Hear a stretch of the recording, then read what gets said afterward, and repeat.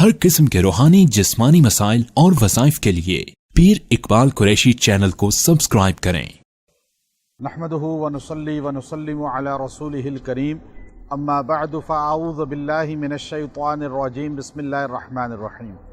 ہم اس بابرکت جگہ پر موجود ہیں جسے غزوہ بدر کے مقام کہا جاتا ہے۔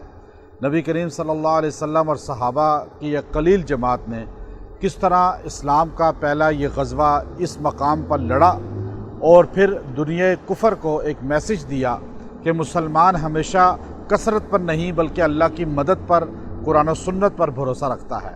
ہمیں اللہ کی مدد حاصل کرنی چاہیے صحابہ کی زندگی کو سامنے رکھ کر۔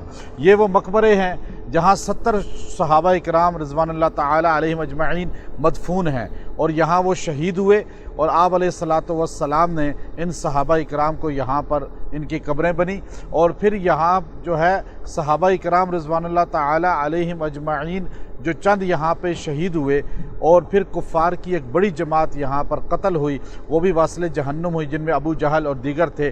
آپ علیہ الصلاۃ والسلام نے یہاں پوری رات ایک خیمہ لگایا، اس خیمے کے اندر آپ صلی اللہ علیہ وسلم نے سجدے کی حالت میں رو رو کر، بخاری شریف میں ہے، یہ دعا کرتے رہے، اللہم ان تہلک ہذہ العصابہ لا تعبد فی الارض ابدا۔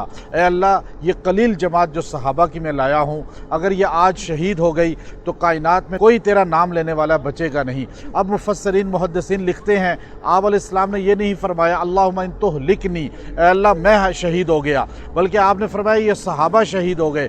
کیوں کہ صحابہ رسول اللہ صلی اللہ علیہ وسلم کے دین کے جو ہے وہ دفاع کرنے والے اور آپ کے دین کو آگے پہنچانے والے، اور صحابہ دین کی کسوٹی ایمان ہے۔ جو صحابہ سے جڑے گا اللہ اس کو ایمان بھی دے گا، شریعت بھی دے گا۔ اس لیے یہاں صحابہ کرام کی قبور پر یہ بدر کے میدان میں آنے کا مقصود یہ ہوتا ہے کہ ہمیں صحابہ کی قربانیوں کا پتہ چلے، مقام صحابہ کا پتہ چلے کہ آپ صلی اللہ علیہ وسلم نے یہ فرمایا کہ اگر صحابہ آج سارے شہید ہو گئے تو دین کا نام اور نشان ہی ختم ہو جائے گا۔ یہ پورے آپ دیکھ سکتے ہیں، ساتھ یہ اس طرف بھی کہ یہ باغات ہیں اس طرف، اور یہ پورا بنا ہوا ہے یہ جو آپ بدر کا شہداء کے مقابر ہیں۔ پھر یہاں وہ مسجد عریش بھی موجود ہے جو آپ علیہ الصلاۃ والسلام نے خیمہ لگایا تھا، وہ مسجد آپ کو بھی انشاءاللہ ابھی ہم وہاں جائیں گے، ظہر کی نماز ادا کریں گے۔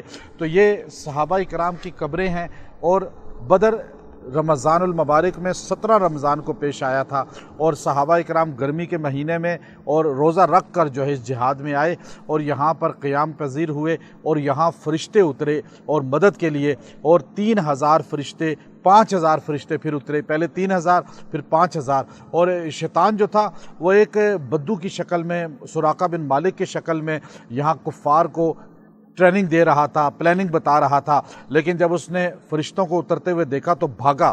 تو اس کو کفار نے کہا بھاگ کدھر رہے ہو؟ کہنے لگا میں وہ دیکھ رہا ہوں جو تم نہیں دیکھ رہے۔ تو وہ شیطان دور تک بھاگتا چلا گیا، اور پھر یہاں کفار کس طرح جہنم واصل ہوئے۔ اللہ ہمیں صحابہ کرام کی زندگی عطا فرمائے۔ وآخر دعوانا ان الحمد للہ رب العالمین۔